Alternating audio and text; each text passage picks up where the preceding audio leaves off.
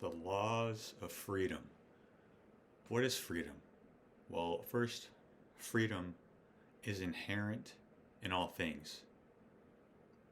Freedom is indeed our birthright. All things are born out of freedom.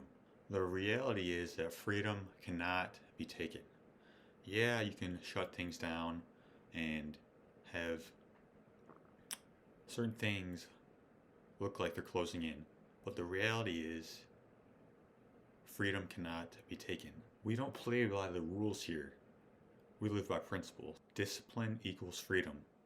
Yeah, you can do whatever it is that you want to, but what are your results? In order to get results in your life, you must implement certain practices, habits, and mindsets in order to get those results. Today, we're going to be talking about these principles in order to instill freedom within our own spirit. Number one here is be awareness. Awareness of who we are, what we want, and where we're going. This is very important because if we don't know these things, and how are we supposed to have direction? How are we supposed to understand what our life is? We can cultivate awareness by finding out what we truly value, what our standards are, what do we believe. Just basically doing a lot of introspection and what is it that we actually want? Like, being honest with who we are and what we want is a foundation. The second principle of freedom is no retreat, no surrender. This is about having a goal in your heart that you know is yours and going for it. You must go for it. Because the reality is obstacles and challenges are always going to come up on your path. But these are not there to stop you, they're there to challenge you in order to get to the next level. Like, what these are essentially qualifying you to get what you said that you want to. Do not change the goal, change the approach. Like, the only time to actually stop on a goal is if it's no longer in alignment with who you are or what you want, or if it's common sense to do so.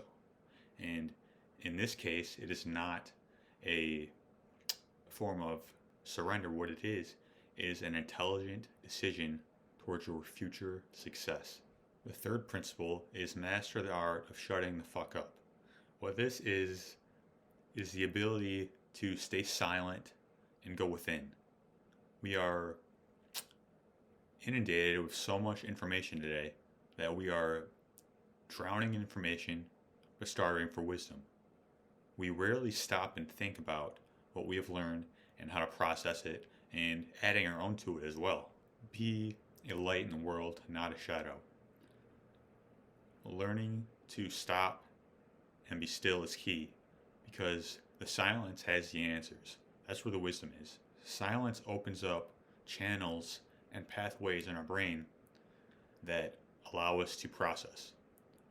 We have something called the default mode network, or DMN. What this does is it allows you to solve problems on default. Just like, you know how you take a walk, or just basically downtime. And all these things that we're stressing to solve, it's so much easier to solve, and it's going on in the background because our brain's making these connections where we're not constantly flooding it with information. Number 4 here is altruism. The ability to look out for life as a whole. When you see things that need help, you need to help them. You see value in all of life and all things, and constantly strive to add value to the situation. Abundance and generosity is a virtue. The more you have, the more you can give. And give from your overflow, because you don't want to drain yourself, because what that's going to do is essentially take from your ability to give. You must first be abundant, and then you can give to your fullest capacity. So everything is connected, and the rising tide raises all ships. Like, if you win, everybody wins, and if somebody else wins, you win on some level. So you must celebrate other people's success, and you must want people to win. Number 5 is self-love. This is very important because it's essentially very multifaceted. It's having compassion, it's self-care, it's the ability to have good positive self-talk, admiration, devotion, support, all of these things. And when you have self-love, everything in your life is going to get better. And if you don't have it, everything is going to be much more difficult. It will influence your standards, the choices you make, what you say yes to, what you say no to, and how you deal with challenges as well. Number 6 is having a North Star. What this is having a purpose, knowing your why, being able to get excited every day about something. Now, the thing about purpose is that it's not always a great thing, meaning that there's going to be challenges along the way. Like once you sign up for that, like you just signed up for a host of challenges that are there to make you grow, that are there to make you stronger. The thing is that it's going to be hard either way, whether you have a purpose and you're on it or you have no idea what it is. But when you don't know what it is, it's going to be a lot more difficult because you are taking actions towards things that are most likely not in alignment with your best life. And at the end of the day, that's going to be much more harder than getting the results that you want. So the thing about purpose is that it's not just tied to your career. I think it should be in some level, but it doesn't have to be. It can be a situational thing as well.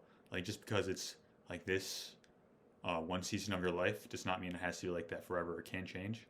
But the foundation of purpose is growth and service. Like I know that's like that for everybody.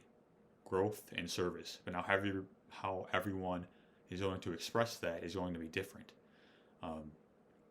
But knowing that is important because then we can know where to look. Ultimately, having a sense of purpose gives you direction and a foundation of how to build your life. Number 7 is spirituality. This is the process of going on the journey within to become the greatest version of oneself. This is very multifaceted as well, and there's so many things that can deepen this, such as meditation, journaling, altruism, like we said. But just like we go to the gym to build our physical muscles, there are certain practices that can build our spiritual muscles, so to speak. And a lot of us neglect this, and ultimately it is the foundation of everything. Religion does not have to be involved. It definitely can be. But what spirituality is on a foundational level is a process of going within, discovering oneself with growth and service on the mind.